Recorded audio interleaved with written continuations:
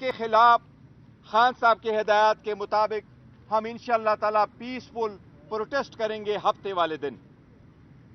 پورے پاکستان میں، اور اس کے لیے ہم سارے پولیٹیکل پارٹی کو کہہ رہے ہیں، چاہے وہ جی ڈی اے، چاہے وہ جماعت اسلامی ہے، چاہے وہ جے یو آئی ہے، چاہے وہ باقی پولیٹیکل پارٹیز ہے، چاروں صوبوں کے پولیٹیکل پارٹیز کو، کہ ہمارا چاہے وہ اے این پی ہے، کہ ایک مطالبہ ہم سب کا ہے، عوام کا اندازہ اس کے ساتھ ٹی ایل پی ہے،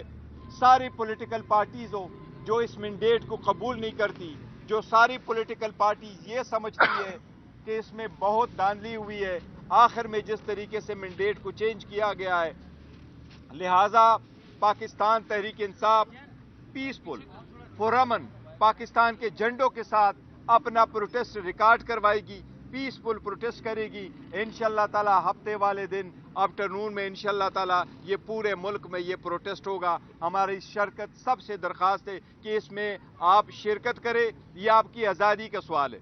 یہ الیکشن موسٹ کریٹیکل تھے، اس الیکشن نے عوام کی آزادی کا تعین کرنا تھا، اس لیے عوام کی آزادی کا تعین کرنے والے الیکشن کو ہم مینڈیٹ کو ہم چوری نہیں کرنے دیں گے۔ یہ ہمارا انشاءاللہ تعالی آج کے لیے کوئی یہی پوائنٹس ہے آج کے لیے۔ پروٹیسٹ کے حوالے سے ایک منٹ میں ذرا تھوڑی سی وضاحت کر دوں۔ خان صاحب نے 4 باتیں کی ہیں پروٹیسٹ کے حوالے سے۔ پہلے ہمارا خیال تھا کہ لانگ مارچ ہوگا، اسلام آباد میں دھرنا ہوگا، لیکن خان صاحب نے یہ کہا ہے کہ پہلی بات تو یہ ہے کہ پاکستان کے عوام کو یہ بتا دیں کہ یہ مینڈیٹ پہ صرف ڈاکہ نہیں پڑا ہے، بلکہ پورے ملک کی پاکستانیوں کی آزادی کو سلب کیا گیا ہے۔ دوسری بات یہ ہے کہ اگر اس طریقے سے پاکستان میں ووٹ چوری کیا جا سکتا ہے تو آنے والے الیکشنز پہ سوالیہ نشان رہے گا، لوگ عوام کے پاس نہیں جائیں گے۔ فارم 45 اور فارم 47 کے چکر میں اس دفعہ 7ویں نمبر پہ آئے ہوئے لوگوں کو جتوایا گیا ہے۔ خان صاحب نے یہ کہا کہ یہ جو ووٹ ہیں اس کے لیے کوئی اسٹریچر پہ آیا، کوئی ہزاروں میل فاصلہ کے پاکستان آیا، کوئی آپریشن تھیٹر سے آیا، کوئی ڈائلیسس کا مریض جو ہے وہ الیکشن بوتھ میں آیا ہے، تو لہذا یہ چوری